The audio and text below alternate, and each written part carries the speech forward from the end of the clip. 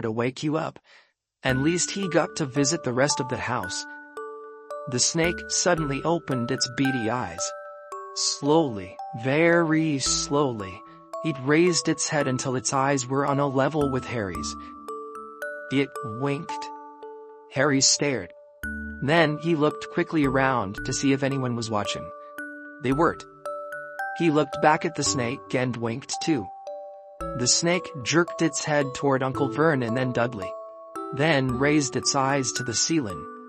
It gave Harry a look that said, quite plainly, "I get that all the time." "I know," Harry murmured to the glass, though he wasn't sure the snake could hear him. "It must be really annoying." The snake nodded vigorously. "Where do you come from anyway?" Harry asked. The snake jabbed its tail at a little sign next to the glass. Harry peered at it. "Boa constrictor. Brazil." "Was it nice there?" The boa constrictor jabbed its tail at the sign again, and Harry read on. "This specimen was bred in the zoo." "Oh, I see. So you've never been to Brazil?" As the snake shook its head, a deafening shout behind Harry made both of them jump. "Dudley, Mr. Dursley, come and look at this snake. You will believe what it's doing." Dudley came waddling toward them as fast as he could. "Out of the way, you," he said, punching Harry in the ribs. Caught by surprise, Harry fell hard on the concrete floor. What came next happened so fast, no one saw how it happened. 1 second, Piers and Dudley were leaning right up close to the glass. The next, they had leapt back with howls of horror. Harry sat up and gasped. The glass front of the boa constrictor's tank had vanished. The great snake was uncoiling itself rapidly, slithering out onto the floor. People throughout the reptile house screamed and started running for the exits.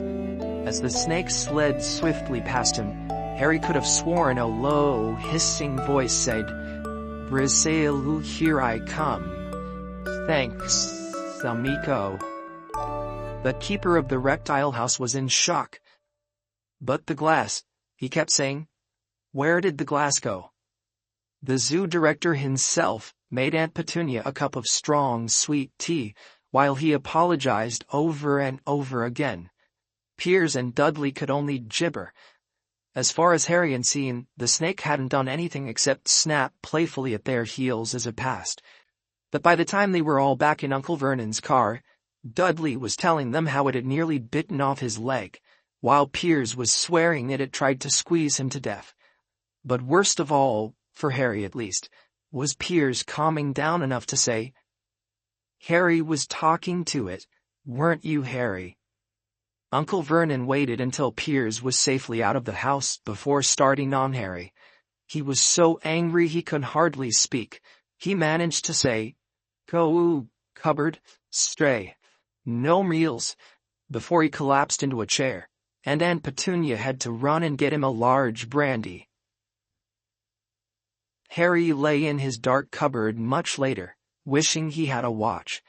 He didn't know what time it was, and he couldn't be sure the Dursleys were asleep yet. Until they were, he couldn't risk sneaking to the kitchen for some food. He'd lived with the Dursleys almost 10 years.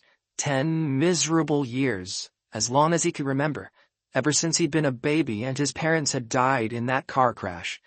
He couldn't remember being in the car when his parents had died. Sometimes, when he strained his memory during long hours in his cupboard, he came up with a strange vision, a blinding flash of green light and a burning pain on his forehead. This, he supposed, was the crash, though he couldn't imagine where all the green light came from. He couldn't remember his parents at all. His aunt and uncle never spoke about them, and of course he was forbidden to ask questions. There were no photographs of them in the house. When he had been younger, Harry had dreamed and dreamed of some unknown relation coming to take him away. But it had never happened. The Dursleys were his only family. Yet sometimes he thought, or maybe hoped, that strangers in the street seemed to know him. Very strange strangers they were, too. A tiny man in a violet top hat had bowed to him once while out shopping with Aunt Petunia and Dudley. After asking Harry furiously if he knew the man, Aunt Petunia had rushed them out of the shop without buying anything. A wild-looking old woman dressed all in green had waved merrily at him once on a bus. A bald man in a very long purple coat had actually shaken his hand in the street the other day, and then walked away without a word. The weirdest thing about all these people was the way they seemed to vanish the second Harry tried to get a closer look. At school, Harry had no one. Everybody knew that Dudley's gang hated that odd Harry Potter in his baggy old clothes and broken glasses. And nobody liked to disagree with Dudley's gang. Chapter 3. The Letters from No One. The escape of the Brazilian boa constrictor earned Harry his longest ever punishment. By the time he was allowed out of his cupboard again, the summer holidays had started, and Dudley had already broken his new video camera, crashed his remote control airplane, and, first time out on his racing bike, knocked down old Mrs. Thig as she crossed Privet Drive on her crutches. Harry was glad school was over, but there was no escaping Dudley's gang, who visited the house every single day. Piers, Demis, Malcolm, and Gordon were all big and stupid, but as Dudley was the biggest and stupidest of the lot, he was the leader. The rest of them were all quite happy to join in Dudley's favorite sport, Harry hunting. This was why Harry spent as much time as possible out of the house, wandering around and thinking about the end of the holidays, where he could see a tiny ray of hope. When September came, he would be going off to secondary school, and for the first time in his life, he wouldn't be with Dudley. Dudley had been accepted at Uncle Vernon's old private school, Smeltings. Piers Pulkis was going there too. Harry, on the other hand, was going to Stonewall High, the local public school. Dudley thought this was very funny. They stuff people's heads down the toilet the first day at Stonewall, he told Harry. Want to come upstairs and practice? No thanks, said Harry. The poor toilets never have anything as horrible as your head down it. It might be sick. Then he ran, before Dudley could work out what he'd said. One day in July, Aunt Petunia took Dudley to London to buy his Smeltings uniform, leaving Harry at Mrs. Figg's. Mrs. Figg wasn't as bad as usual. It turned out she'd broken her leg tripping over one of her cats, and she didn't seem quite as fond of them as before. She let Harry watch television and eat him a bit of chocolate cake that tasted as though she'd had it for several years. That evening, Dudley paraded around the living room to the family in his brand-new uniform. Smelting's boys wore maroon tailcoats, orange knickerbockers, and flat straw hats called boaters. They also carried knobbly sticks, used for hitting each other while the teachers weren't looking. This was supposed to be good training for later life. As he looked at Dudley in his new knickerbockers, Uncle Vernon said gruffly that it was the proudest moment of his life. Aunt Petunia burst into tears and said she couldn't believe it was her ickle Dudleykins, he looked so handsome and grown up. Harry didn't trust himself to speak. He thought two of his ribs might already have cracked from trying not to laugh. There was a horrible smell in the kitchen the next morning when Harry went in for breakfast. It seemed to be coming from a large metal tub in the sink. He went to have a look. The tub was full of what looked like dirty rags swimming in gray water. "What's this?" he asked Aunt Petunia. Her lips tightened as they always did if he dared to ask a question. "Your new school uniform," she said. Harry looked in the bowl again. "Oh," he said, "I didn't realize it had to be so wet." "Don't be stupid," snapped Aunt Petunia. "I'm dyeing some of Dudley's old things gray for you. It looked just like everyone else's when I finished." Harry seriously doubted this, but thought it best not to argue. He sat down at the table and tried not to think about how he was going to look on his first day at Stonewall High. Like he was wearing bits of old elephant skin probably.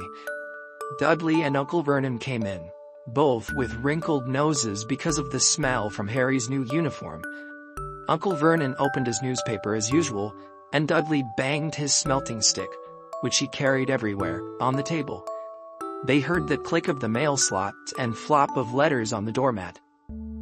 "Get the mail, Dudley," said Uncle Vernon from behind his paper. "Make Harry get it." "Get the mail, Harry." "Make Dudley get it." "Poke him with your smelting stick, Dudley." Harry dodged the smelting stick and went to get the mail. 3 things lay on the doormat. A postcard from Uncle Vernon's sister Marge, who was vacationing on the Isle of Wight, a brown envelope that looked like a bill, and a letter for Harry. Harry picked it up and stared at it, his heart twanging like a giant elastic band. No one, ever, in his whole life, had written to him. Who would? He had no friends, no other relatives. He didn't belong to the library, so he'd never even got rude notes asking for books back. Yet here it was, a letter, addressed so plainly there could be no mistake. Mr. H. Potter, the cupboard under the stairs, 4 Privet Drive, Little Whinging, Surrey. The envelope was thick and heavy, made of yellowish parchment, and the address was written in emerald green ink. There was no step. Turning the envelope over, his hand trembling, Harry saw a purple wax seal bearing a coat of arms. A lion, an eagle, a badger, and a snake, surrounding a large letter H. "Hurry up, boy," shouted Uncle Vernon from the kitchen. "What are you doing, checking for letter bombs?" He chuckled at his own joke. Harry went back to the kitchen, still staring at his letter. He handed Uncle Vernon the bill and the postcard, sat down, and slowly began to open the yellow envelope. Uncle Vernon ripped open the bill, snorted in disgust, and flipped over the postcard.